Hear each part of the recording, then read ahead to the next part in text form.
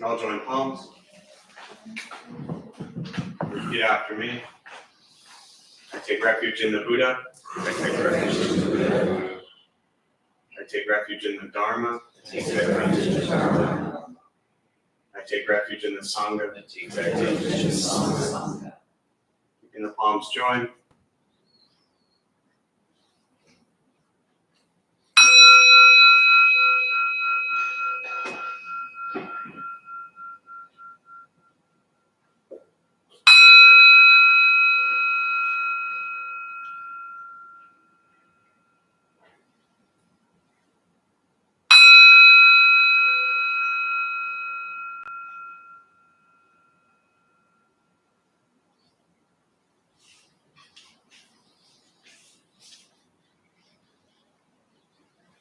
Palms down.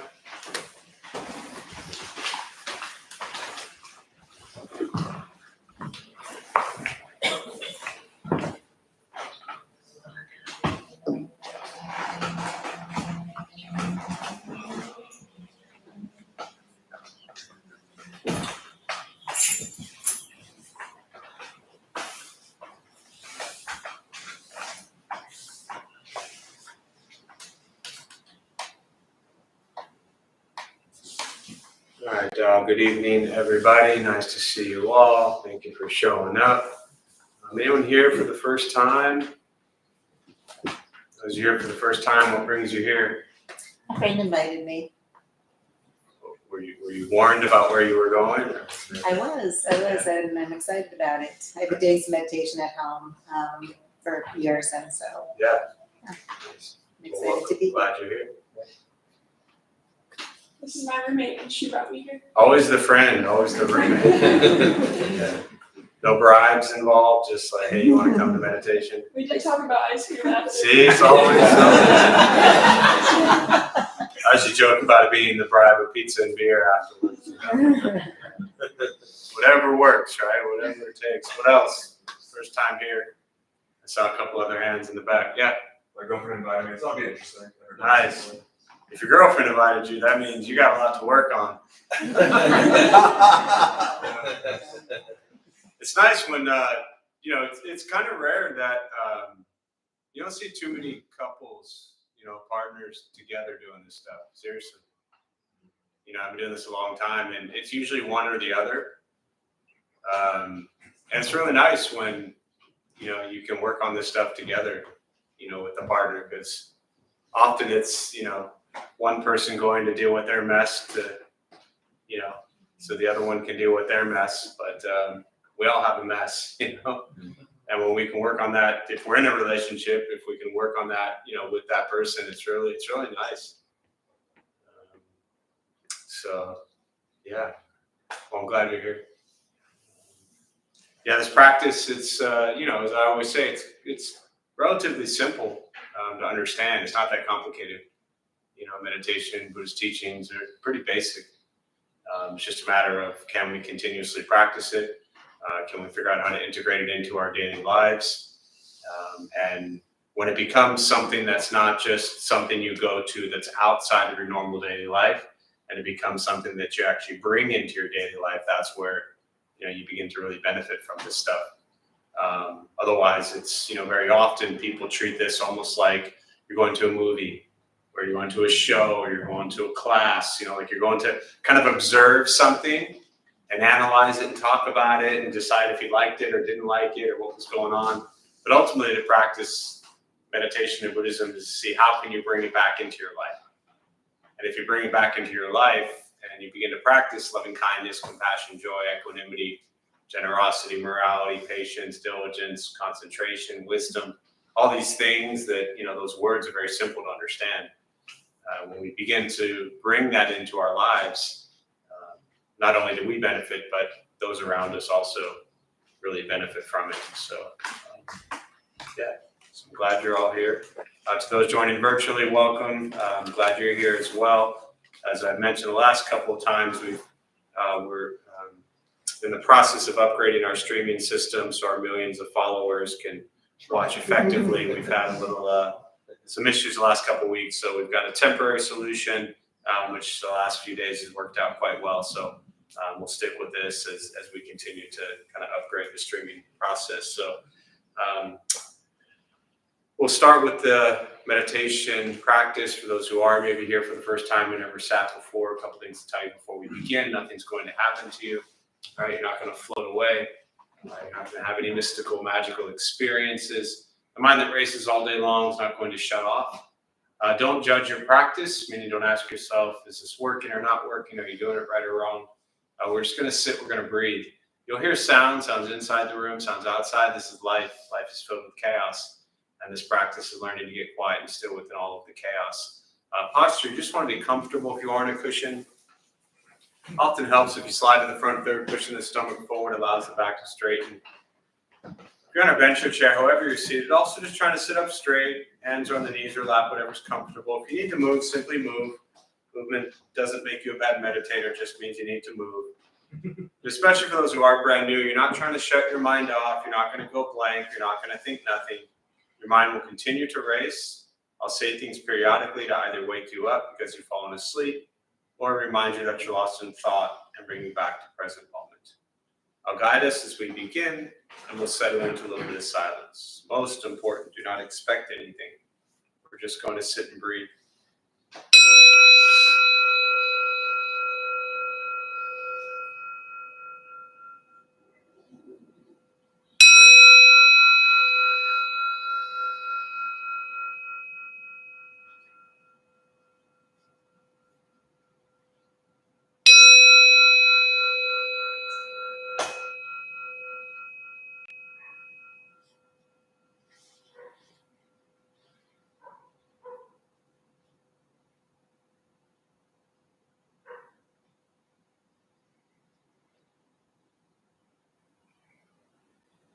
And starting with your eyes closed if comfortable, or slightly open.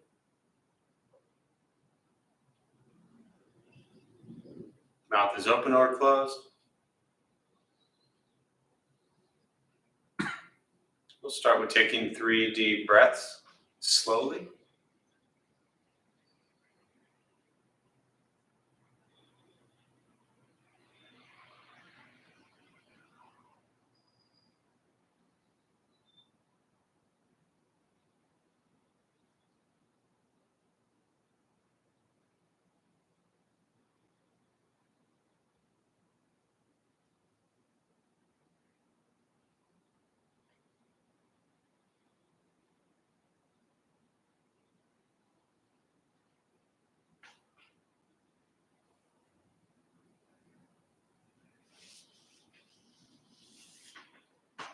And eventually, settle into a natural rhythm of the breath.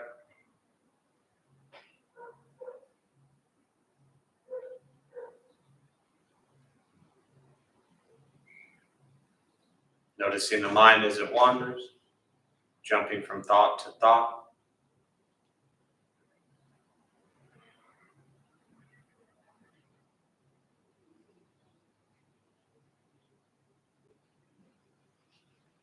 Start with gently guiding the attention, focus to the stomach or chest.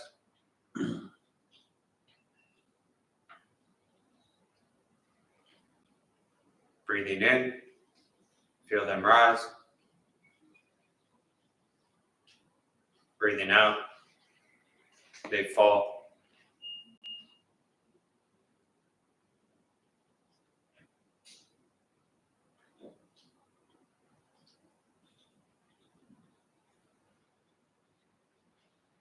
Simply continue this practice. Observing sensation of breath.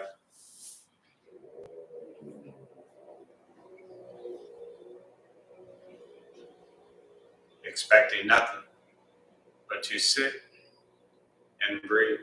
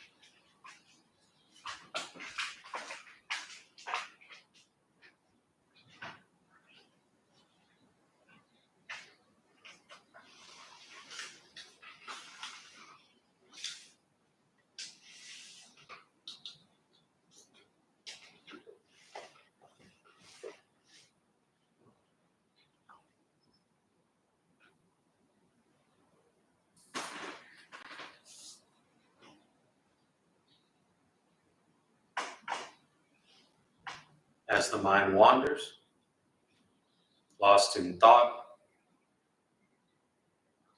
recognize it.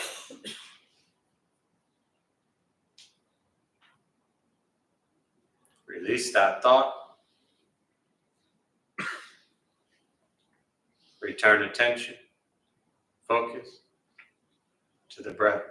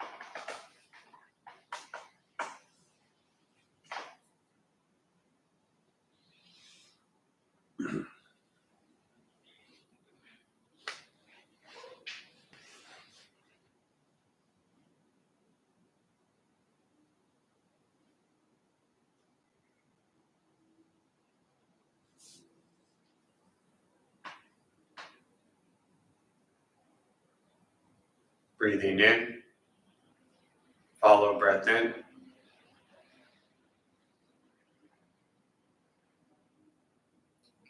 Breathing out, follow breath out.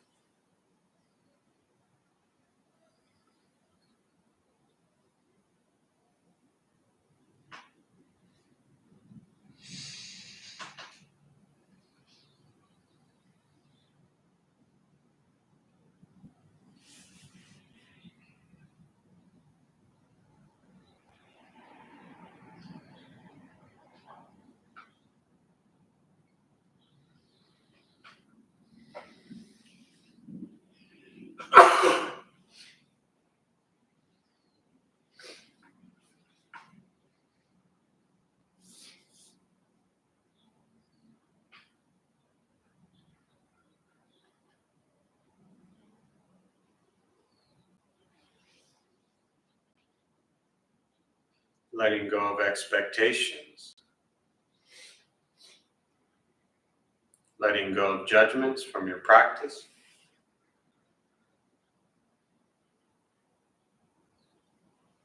Just sitting, breathing.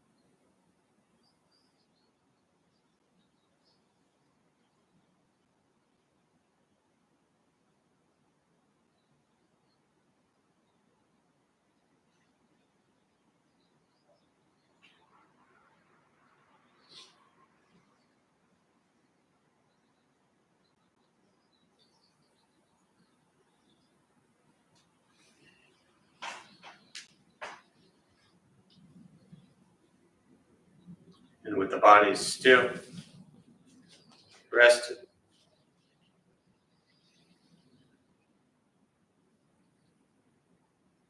and the speech quiet, aware of all sounds,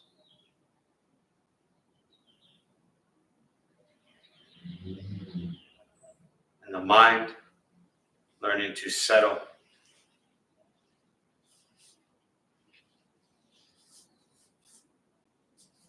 Know what it's like to just sit and breathe.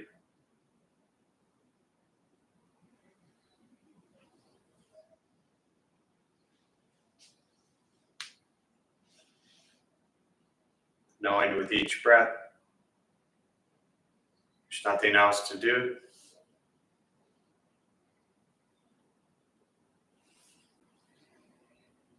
Nowhere else to go.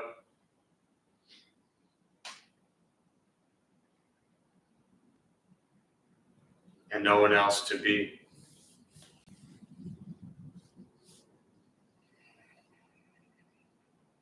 Everything beautiful, exactly as it is. Sitting, breathing.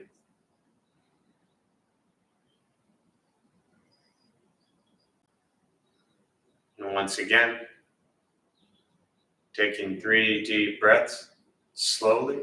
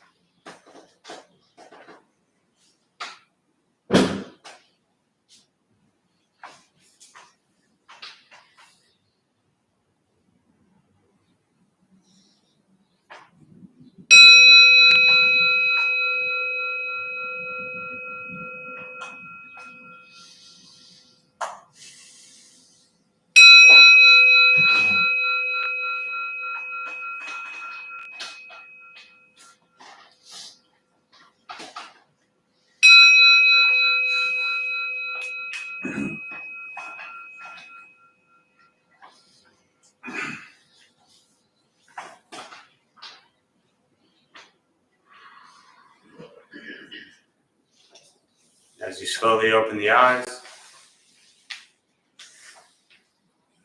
slowly beginning to move.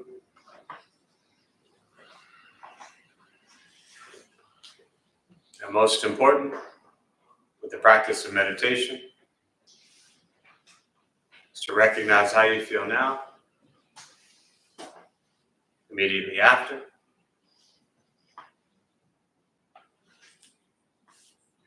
Compare this to how you typically feel throughout your day. Recognize the difference if there is one. And ask yourselves how you prefer to feel every day for the rest of your life.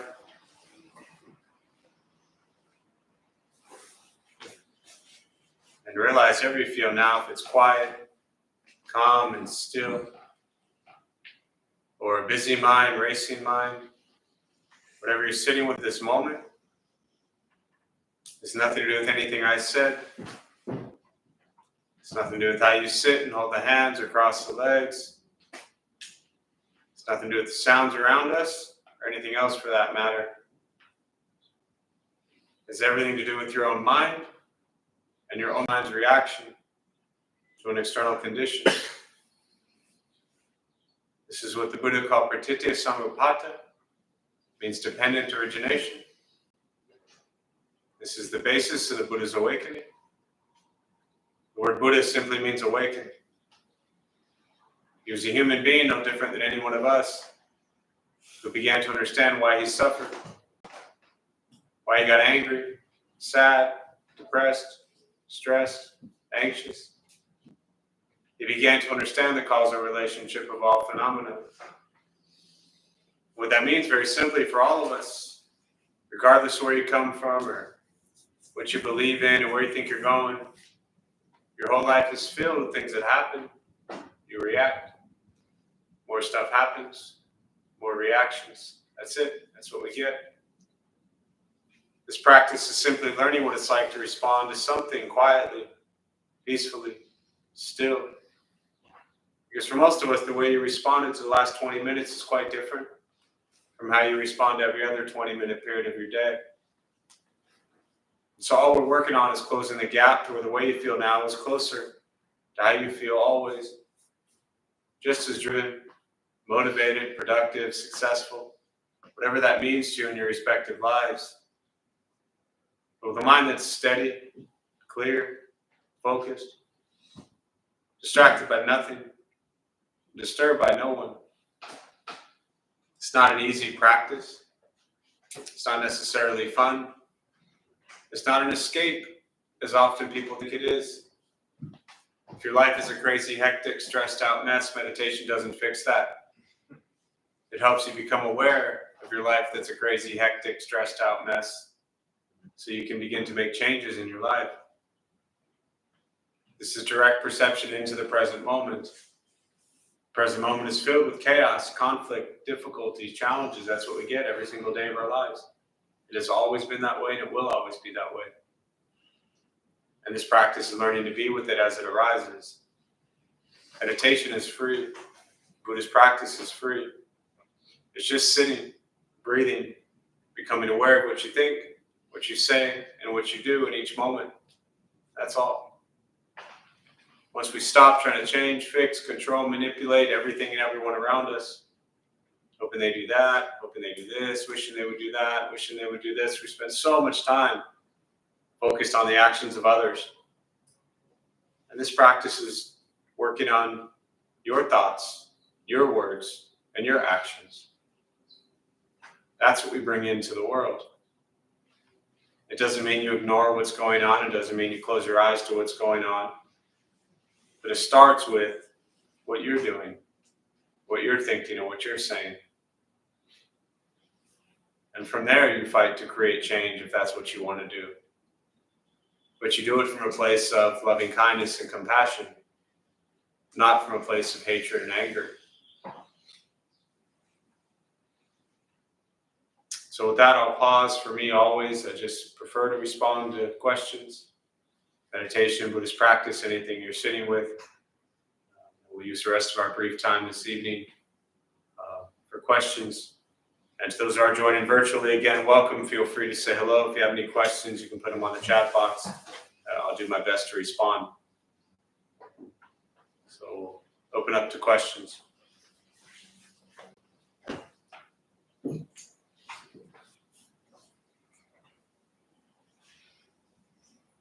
I know, Jim. Something I've been thinking about in this recent chapter of life of experiencing, it comes down to money. So experiencing both sides of being broke and being in debt, maybe for a chapter.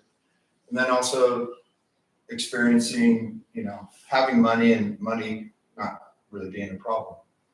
So my curiosity is, it led me down the road to believe, what was the Buddha after he became enlightened, knowing he had a background of wealth?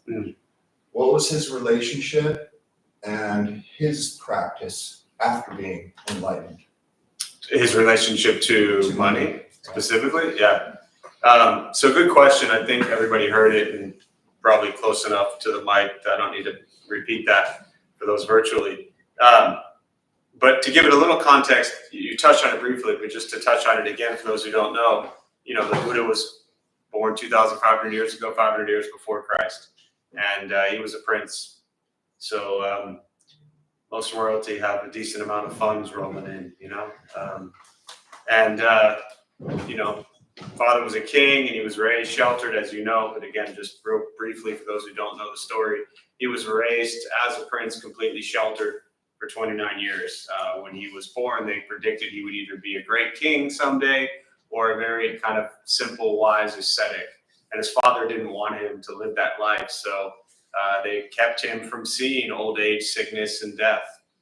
They knew that if he saw old age, sickness, or death, he wouldn't want to be a king. He would want to leave that life and end up kind of what you're asking about, but I'll get there. So 29 years old, he sneaks out and he sees what they call the four sights in Buddhism. And he saw, it happened over 4 different nights, but for sake of time now, he saw old age, he saw sickness, and he saw death. And he also saw an ascetic, a simple like nun or monk. And he said to his buddy Chana, he's like, what is this old age, sickness, and death stuff? Does this happen to all of us? And Chana said, yes, my lord. We all age. It's not even old age, right? We all age. We all get sick. And we're all going to die. If you're new to tonight and you haven't figured that stuff out by now, hate to break it to you, but you're going to get sick, you're going to age, and you're going to die, right? So I hate to shatter all your wishes. But so that's what he realized. And so in essence, he said, well, how can I live a life of wealth and riches when there's a world out there that's suffering? So there's a couple things that I think are really symbolic that started him on this journey, and his relationship to this was, one of the things that was really important, or kind of a symbol of royalty and wealth at that time, was his long, beautiful hair. And so when he left the palace, he cut that off to show that he was renouncing his attachment to worldly possessions and worldly pleasures, right? We'll come back to to your question, but let me get us there. And then another thing he did was obviously got rid of his princely clothes, right? And so he found pieces of cloth that he sewed together. And, after 2,500 years, Buddhist cultures, traditions, lineages all do it differently. But in essence, it comes from the idea that he just put cloth sewn together and that became his robe. And he lived with 7 objects, right? He had a robe, actually 2 of them, one wash and one to wear, a bowl for begging for food. He had a blade to shave his head. He had a sharpener. He had some kind of sifter so he could get food, water things without killing bugs. But 7 items. I got 7 items in my pocket, And so he lived that life for the next 45 years. And even with all the, Anathapindiko was one of the wealthy merchants, one of the wealthy business folks who supported Siddhartha became the Buddha and his Sangha, because without the support of the community, they would have died. Basic resources, basic land, right? Basic food, begging for alms every day. But he kept that going every day, right?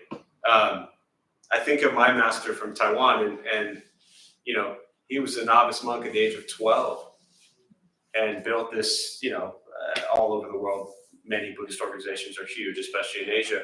But it wasn't like he hit 50 years old as a Taiwanese monk with all the wealth and riches and all of a sudden started living in luxury, Till the day he died, pretty much, he slept on a solid wood platform. So it wasn't like the Buddha all of a sudden was rolling in dough. It's like, I'm going to go buy some clothes. He kept the single robe. That was it. Was that in practice of just showing his Sangha zero attachment? Well, I think there were many things tied to that. I think that's one of them. Yeah, this idea of not attaching to worldly possessions and worldly pleasures. But I think more so than just not attaching to it was understanding what's important. Now, I want to introduce briefly this idea of, okay, we're not monks. We're not nuns. We are lay people, right? You're not just going to go shave your head, put on a robe, and spend the rest of your life that way, right? You're a t-shirt guy. You love your t-shirts. Oh, yeah. How many t-shirts you got? Too many. 2? No, that's not an answer. We've gone through this before. Right? Here we are again, the same question. Actually, we might have done the different question, but it came back to the same answer. How many t-shirts you got? Put a number on it. 50? Maybe more. Maybe more. I was being conservative, right? So I want to introduce this idea of the middle path in Buddhist teachings, which is really important. What I learned from these teachings is not that you have to go shave your head, put on a robe, and spend the rest of your life wearing the same robe every day. But if you got 50 t-shirts, right? We won't say 80 to 100. Say you got 50. Could you live with 30? Absolutely. Absolutely. 20 people could get new t-shirts that they don't have. 5 miles from here, there's 10,000 people sleeping on the streets, as you know, downtown San Diego. They would love 20 shirts. So it's not about having shirts is wrong, buying shirts is wrong. It's not about having clothes or money or all these types of things are wrong. the idea behind, for me as a lay person and as a practitioner, and for me how I share it is, what's our relationship to it? You know, you look at the Eightfold Path, the right livelihood. How do we earn the money? How do we spend the money? What's our attachment to it? And what if we don't have the stuff? Buying stuff, getting stuff in and of itself isn't bad or wrong. Very often people come into Buddhism and they see they're like monks and they're like, oh, I can't have stuff, you know? Believe me, when I started this practice, that was my view. I wish I kept the houses and cars and the money. You know how many temples we could have had by now? But I was like, no, I'm Buddhist. I got to get rid of all my crap, you know? And years later, I was like, man, I should have kept some of that stuff. Could have come in handy. You know what I mean? So it's your relationship to it that's important. We live in excess, absolutely. Not just with clothes, but with food, with relationships, with our time, right? There's so much to me around these teachings is balance of the middle path. Where are you out of balance, physically, mentally, and emotionally? In your relationships to stuff, to money, to people, to whatever it is, to food. You know, where are we out of balance? I think that's a question for all of us to ask ourselves. Where are we living in excess that we could find a balance? Because all of us have that balance. It's not like the Buddha said, this is your middle path, or this is how many things you must have. But ask yourself, where are you living in excess, and where could you find a better balance in your life? Physically, mentally, emotionally, spiritually. That's, I think, what's important. Yeah. I think what I also thought in my head was like, I think one of the major gifts of abundance is being able to share that with the world or Absolutely. anybody. Like a gift, the abundance of love. You're Yeah. able to freely give that because you have abundance of it. You're not like living in fear or scarcity of it, you know. Yeah. Yeah, I mean, the comment for those who didn't hear it was, you know, one of the most beautiful things of abundance is the ability to share it. You gave the idea of the abundance of love and being able to share that. The root cause of our suffering, first noble truth, life is filled with sufferings. First thing the Buddha said. Second thing he says is, what's the cause? Greed, anger, ignorance, also known as the three poisons. You overcome greed with generosity, you overcome anger with compassion, you overcome ignorance with wisdom. Third noble truth is the ending of suffering, liberation, nirvana, and the fourth is the Eightfold Path. Correct views, thoughts, speech, action, livelihood, effort, mindfulness, concentration, all of that's on Google for free, right? You're good to go. The important piece is the number one cause of suffering is greed, craving. And the number one way to overcome that is with generosity. And you know what the Buddha said the greatest gift you can give? The gift of the Dharma. And it didn't mean like giving a Dharma talk. The practice of loving kindness, compassion, these types of things, joy. Being able to give that gift to people is the greatest form of generosity. And ultimately, even with Buddhist teachings around generosity, true generosity is pleasant before, pleasant during, and pleasant after. Ever given a gift and then the person didn't like it, now you're all pissed off? You know? So the true generosity is to just, the Bodhisattva practice is to give without any attachment to the gift. It's the giver or the receiver, right? But giving without, I mean, think of the same thing. Relationships, family, friends, time, spiritually. How many times do you give and share, but there's something attached to it? You want something in return from it, right? That happens a lot throughout our lives. And so, well, at least it does for me. I don't know about any of you all, but chances are some of you might experience that also, right? So true generosity is to give without, you know, it's like you might take those 20 shirts you're going to give away and still end up with 80 of them. And all of a sudden you give 20 away and maybe someone doesn't like your shirt. Then you're mad. It's like, what do you mean? I went into my closet, I dug out the 20 shirts that I don't want to wear anymore and I gave them away. And you don't like them, you know? So just give without the attachment. What else?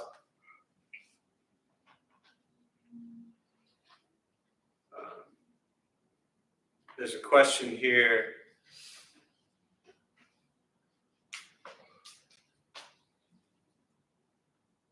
Yeah, 100%. I mean, this question is just so personal for me. The question was, how do I have compassion for myself when I'm a mess? And my mess, hang on, it gets worse. And my mess keeps pouring onto others. Any ideas on how to develop self-compassion when you're filled with self-hatred? Can anyone in the room relate to that question? All right, so you can't see it, but you got half the hands in the room up.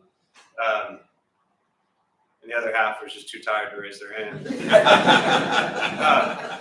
I think this is really important to understand because, yes, I hear you that this idea of self-compassion, self-love is so important, right? We talk about the practice of compassion throughout Buddhism, it being one of the two-winged wisdom and compassion. But that also includes compassion for self. And for some reason, people have the hardest time pouring love and compassion to themselves, right? A large statue behind me in the middle, Kuan Yin, she's often seen holding or pouring out a vase. Here she's seen pouring out a vase. Her name means hearer of the world's cry. So she hears all the suffering in the world and pours out compassion to heal all. But that includes ourself. Now the question is, when we are stuck in a mess and we have so much hatred, self-hatred towards ourselves, it's really hard to have compassion for yourself. Yes. So don't even try. And what I mean by that is, if we have a lack of hatred or a lack of love, and we have so much hatred towards ourselves, you can't just read another Dalai Lama Pema Chodron book and say like, okay, now I have self-compassion. I just don't think it works that way. Do you know how to help people? Right? And I'm staring at a little thing, so I can't really see you nodding your head yes, but I'm going to assume that you know how to help people. Go help people. It's not about stopping and saying, okay, I'm just going to have self-love and self-compassion. This idea of having hatred, it comes deep within us for a long time. And again, that's what drove me to Buddhist practice growing up, just filled with hatred and anger. And for me, my first teacher, it wasn't about all of a sudden applying love and compassion towards myself. It was just helping people. Just go help people any single way that you can every day. And the more you help people, we all know when you help people, how do you feel? I mean, everyone in this room, we've all helped people. When you help people, you feel good. When you feel good, you have less hatred. It's just how it works because you feel good. And when you're happy and you feel good, it's really hard to have hatred in those moments. So it's like slowly just kind of shaving away, cutting through the hatred and anger that you carry within yourself because you're doing acts of compassion for others. It's not so linear where like, oh, I have self-hate, so I need self-compassion. I don't love myself. I need to learn to love myself. And it's not about picking and choosing who you have compassion towards or where. Just go help people.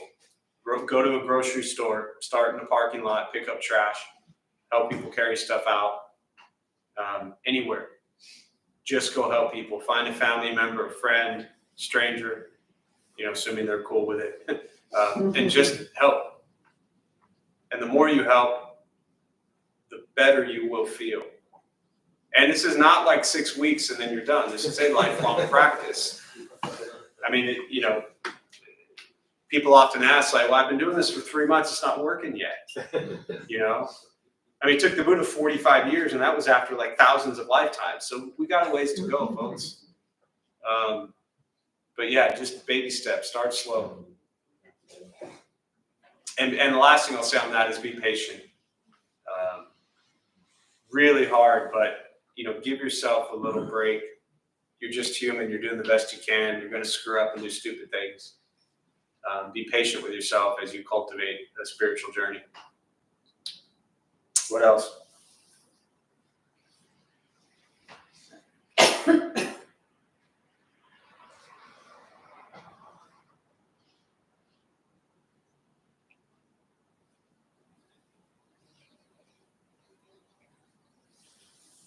What does long-term meditation practice really mean or yield, or it's always going to feel just as hard no matter how long you've done it? You're talking about the last piece. You're talking about the meditation itself. Yeah. So the question was, what does long-term meditation practice yield or benefit for you? Just for those folks that didn't hear it, and is it always going to be hard to do? So a couple things. Starting with the second part, I think that it's always helpful not to judge or gauge your meditation practice. So many people end up on a spiritual journey doing meditation because they've been judging and critiquing things their entire life, starting with themselves. Too many people have spent their whole lives judging themselves, thinking they're not good enough, they're not this enough, they're not that enough. So eventually they stumble into therapy or meditation or Buddhism or all of the above. And then they start meditating. And what's one of the first things they do? Am I doing it right? Is it working? Right? And so I always am very specific for, as a Zen practitioner, sit as if you've never sat before. Every single time you sit and do meditation, sit like you've never done it before. So you're not comparing it to anything. You're just sitting. Why? Why not? You're just sitting. You've probably heard me say this, but one of my favorite stories, it was years ago, a little kind of homemade documentary thing I saw at some Zen retreat space, and they were asking people, they asked this one guy, why do you get up at 3:30 in the morning and do meditation? And he got this really big grin on his face, and he goes, I have no idea. And I thought that was such a beautiful answer because it's just complete surrender to the present moment. And in that moment, you're just sitting. But if you start, kind of stacking time of like, you've been doing this for weeks and months and years, especially for those who are brand new to this, don't get into this habit of like, I get it, there's apps out there, and if Insight Timer is going to help you meditate, then God willing, please use it, right? But you can meditate without apps and without your phone, just in case you haven't figured that out by now. If using your apps and posting how many hours you sat and all that stuff and paying whatever you pay motivates you to do it, then please keep doing it. I just like people to know you don't need to do that to be able to sit, right? And one of the dangers is kind of where I was going with those types of things is what happens is people get into this habit of like, okay, well, today I sat for 10 minutes, so tomorrow I'm going to push it to 11, right? You're not training for a marathon. This is not like you need to get better at it. So don't gauge how long you've sat. Don't set a timer that you feel like you need to achieve something. If you sit for 20 minutes or you sit for 2 minutes, so what? Sit simply to sit, right? So that's kind of the second part to your question. The first part is, benefits from long-term meditation. You keep practicing and then you can answer that question. Let me know. What else?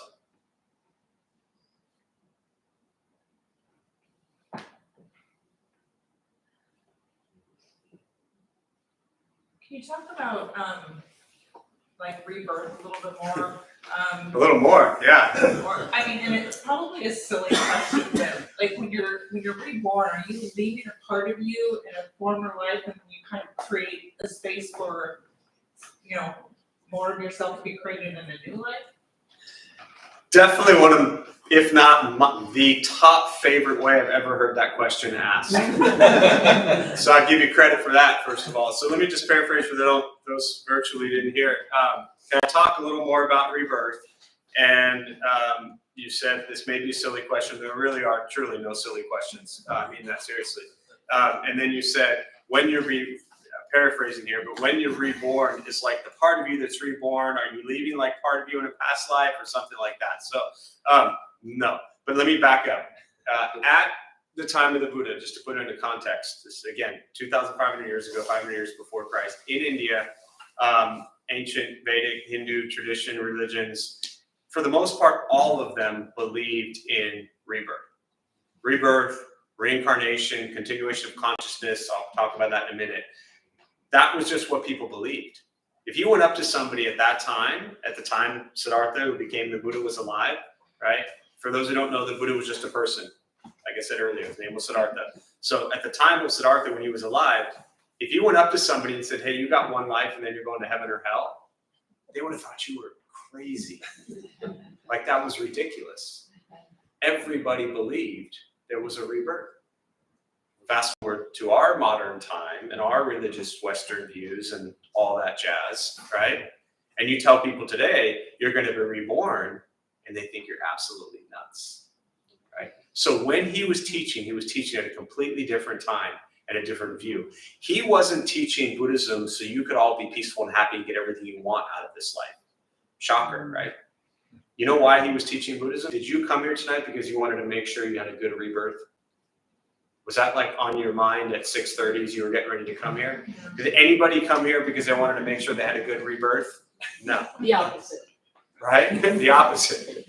That's not why we get into this stuff. But at the time of the Buddha, he said, once you're born, you're guaranteed to suffer. Therefore, the only way to stop from suffering would be to what? Stop the cycle of rebirth. That's what he was teaching. He wasn't teaching so you could all be, less stressed and anxious and depressed and miserable. He was teaching so you could no longer be reborn because they saw the endless continuation of consciousness. I'll explain that in a second in case that wasn't clear, right? They realized that life they were in, that was no different, truly, than us going from today to tomorrow. Right? So you're sitting here right now, you think there was yesterday, yeah? And we're here today, and you hopefully will wake up tomorrow. So you know how simple that is for us to think about yesterday and today and tomorrow? That's how simple it was for them to think about rebirth. It was just guaranteed to happen. And they wanted to make sure that their tomorrow was better.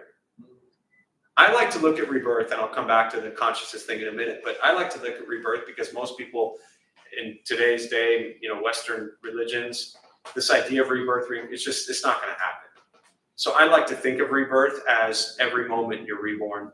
If that doesn't work for you, every day, right? Let's hope we all wake up tomorrow. If we do wake up tomorrow, let's try to be a little kinder, a little gentler, and suffer less tomorrow, right? So I look at rebirth as a moment-to-moment or day-to-day activity, which I think is practical for us Western folks. Now back to consciousness. So the question is, what's reborn? Very technical fundamental teachings on this, which again, will make perfect sense to all of us in this room. At the moment of death, it's called alaya vijnana, storehouse consciousness. So there's a consciousness that exists in the physical form.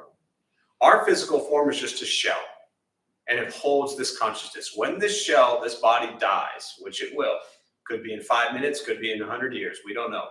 But this shell will stop to exist. That consciousness will leave the body. It'll float around in the sky somewhere, right? Tibetan Buddhism gets into a lot of details around this, but they say at some point during 49 days, on the 7th day of a 49th day, this consciousness, which I imagine like floating like clouds, right? This is Jeff's crazy head with this stuff, right? So there's my consciousness, not even mine. There's consciousness floating around. And then at the moment, you have sperm, you have egg, comes together, consciousness enters, boom. There you have life at that moment. And then that cycle just continues endlessly. Now the question is that consciousness mine? No. Why do I own it? I'm just consciousness that entered this physical body, and these people we call parents gave me a name. They added the name Jeff onto this body and this consciousness. This body and this consciousness and the name Jeff are all separate. This is what's getting into the teachings of non-self. This is why the Buddha taught non-self, because what he was saying is that there is no Jeff. Jeff is just a name given to this body and this consciousness. So based on the logic that I just shared about consciousness entering the body, well, that would mean this consciousness was around endless time before, but that consciousness wasn't called Jeff, right? That would have been some other name in some other body. And so it's not Jeff's now, it wasn't Jeff's then, and it's not going to be Jeff's when this body dies. Consciousness is just a collection of all of your action, all of your karma. Karma literally means action, not what we get, what we give, body, speech, mind. So this whole collection of your consciousness will continue. Anyone think they have really bad karma and their life sucks? Don't do that to the next person who's going to get your consciousness. Because you got it from the past. So work on changing that. Yeah. Yeah. What else? Yeah, there's a comment here. Thank you for pointing out one of my 3 favorite Buddhist movies. So the comment here is, yes, rebirth, and then in quotes, Groundhog Day. And that's truly, that's like my 3 favorite Buddhist movies, Groundhog Day, Fight Club, and The Matrix. Just watch those 3, and in a Western context, you will understand all of the deepest esoteric Buddhist teachings that exist. Groundhog Day, Fight Club, and The Matrix. So we're trying to get out of Groundhog Day. Groundhog Day is samsara, the cycle of rebirth. And as soon as we are born, we are guaranteed to suffer. Doesn't mean all of life sucks. It doesn't mean everything is miserable and heavy and traumatic. We have that too.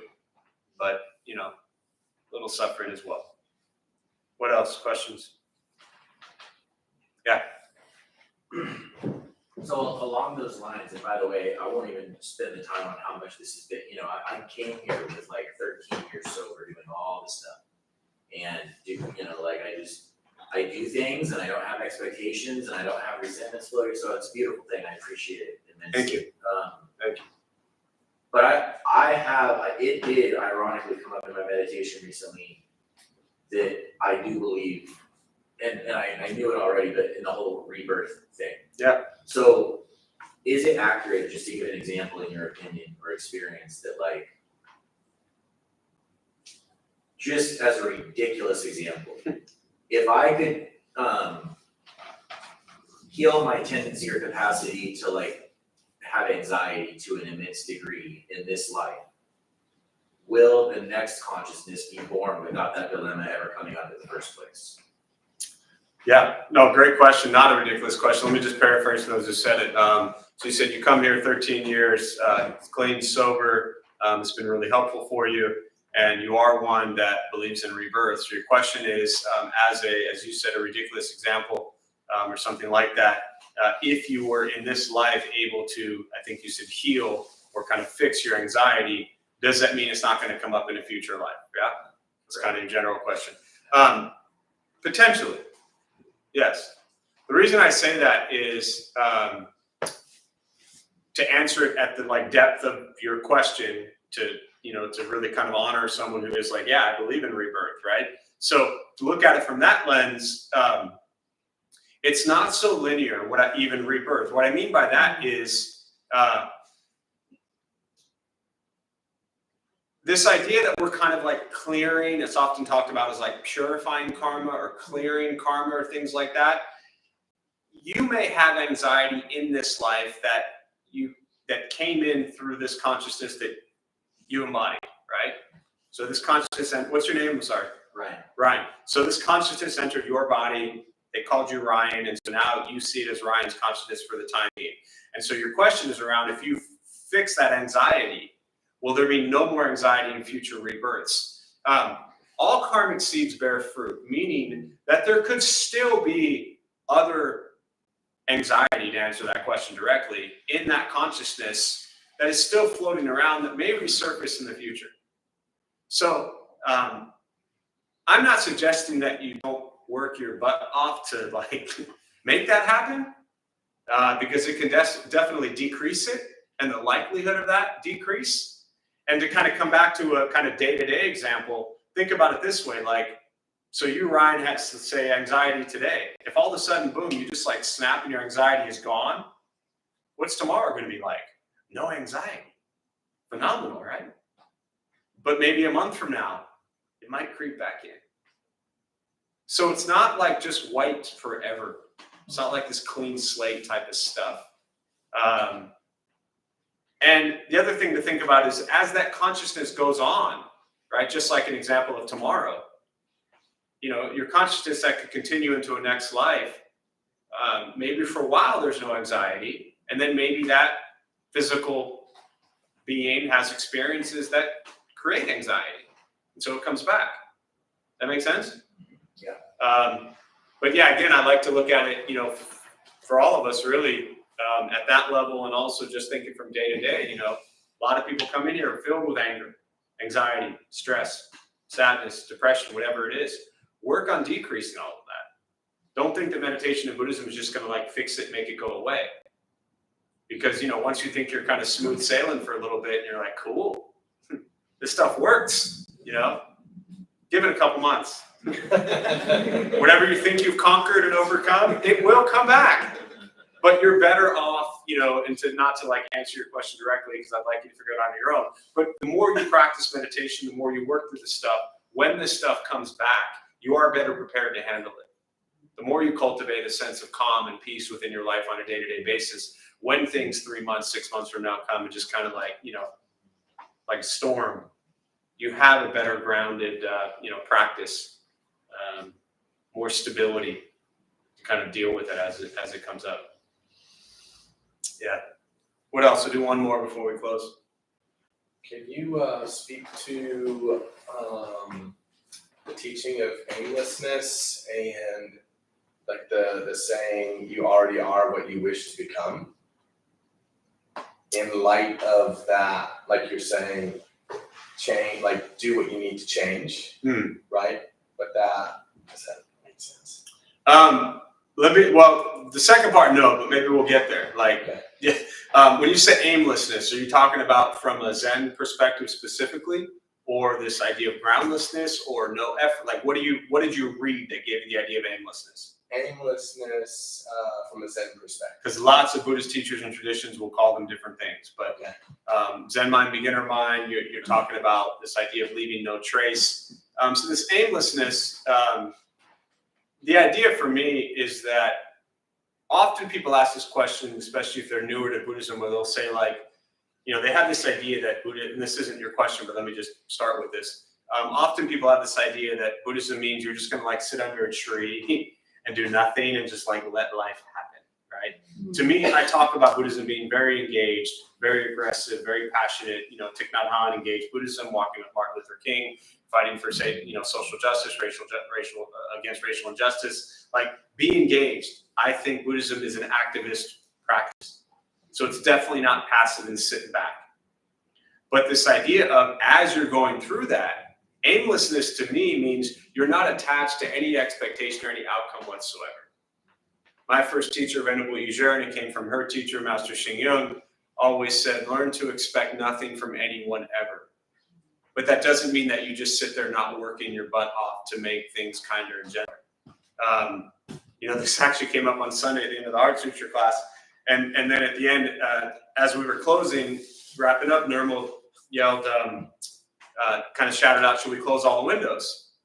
And I said, yes, thank you for reminding me. I said, I hope you close all the windows, but I don't expect you to, right? Meaning, can we still have, and this idea of not just sitting around doing nothing, you can have hopes, you can have dreams, you can have wishes, you can have motivation, you can have inspiration, you can have goals, all these things that we as humans have. Without these things, we're going to really struggle.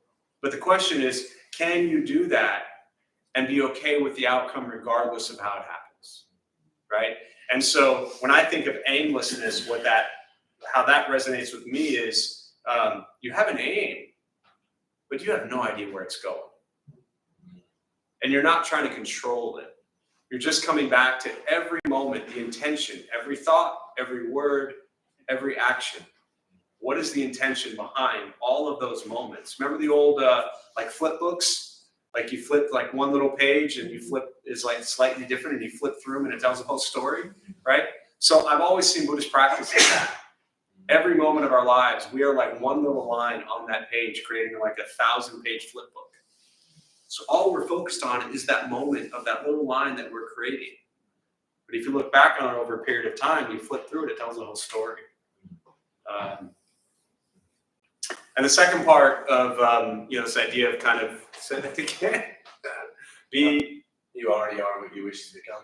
You already are what you wish to become. I don't know. That's a tough one for me because, no matter how much I wish for certain things, and maybe this is it, no matter how much I might wish for certain things, it ain't happen unless I do it. So I can wish for lots of stuff, but to me, that's the beauty of Buddhist practice is this can be either, and I'll close with this thought, it can either be really scary or really beautiful, right? To find out that you are absolutely in complete control over all of the misery in your life. Like you are the reason you are miserable, nobody else. You are also the reason you're perfectly happy and joyful, nobody else. That can be really scary initially because we think like we need other people and places and things and societies and worlds and structures for us to be happy. And then we're putting that power onto someone or something else. That would suck if something or someone else was the condition that I needed for me to find perfect, absolute bliss. Knowing that I am in control of that misery or that happiness I think that's really beautiful. You know. So I'm going to close on that. We'll join palms. May the benefit of this practice be shared with all beings in all directions. And all beings be at peace and free from suffering. May this merit be transferred to Pam during her time of suffering, and to Mark and his family who suffers at this time, and to Meredith as she continues to heal.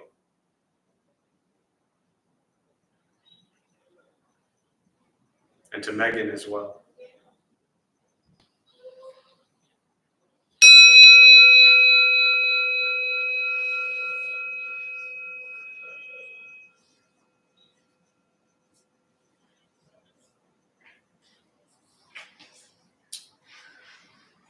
All right, a few announcements from our Dharma Bum host Eddie before y'all head out. Oh, and while Eddie's coming up, most of you know every day, 8 a.m. and noon, we do silent meditation, 8 to 9, noon to 1. We've got a couple people who've been hosting Tuesdays and Fridays from noon to 1 for quite a while, who both now are unavailable. So if you know how to hit a bell, and you want like secret private access on how to open up the Dharma Bum Temple at noon once a week on a Tuesday or Friday and close it at 1 o'clock, you'll have access to everything in here and the ability to hit a bell. But we could really use the help Tuesday or Friday, noon to 1 every week. So if you're interested, let me know. Sorry, thanks. Hello, everyone. My name is Eddie, and I'm tonight's Dharma Bum host. We opened the Dharma Bum Temple 18 years ago to introduce Buddhist practice to those who show up. Those who lead are not nuns, monks, gurus, masters, or teachers, and are not looking for students. They are simply practitioners sharing their interpretation of the practice. Every night we have different classes led by different people from various Buddhist traditions. We have a recovery sangha that meets several times a week for anyone with addiction problems, and our food redistribution program meets every Thursday at 4:30 p.m. We have classes and programs every day, and everything we offer here is always free. The full schedule is on our website and posted in the entryway above the shoe rack. We have a lending library. If you see a book you like, feel free to borrow it and then bring it back whenever you are done with it. Please straighten your seat or cushion before you head out. I hope that a few people will stay to close and latch the windows. Thank you for being here. We wish you well and hope to see you all again. Thank you. Thank you. Well played. Well played. Yeah.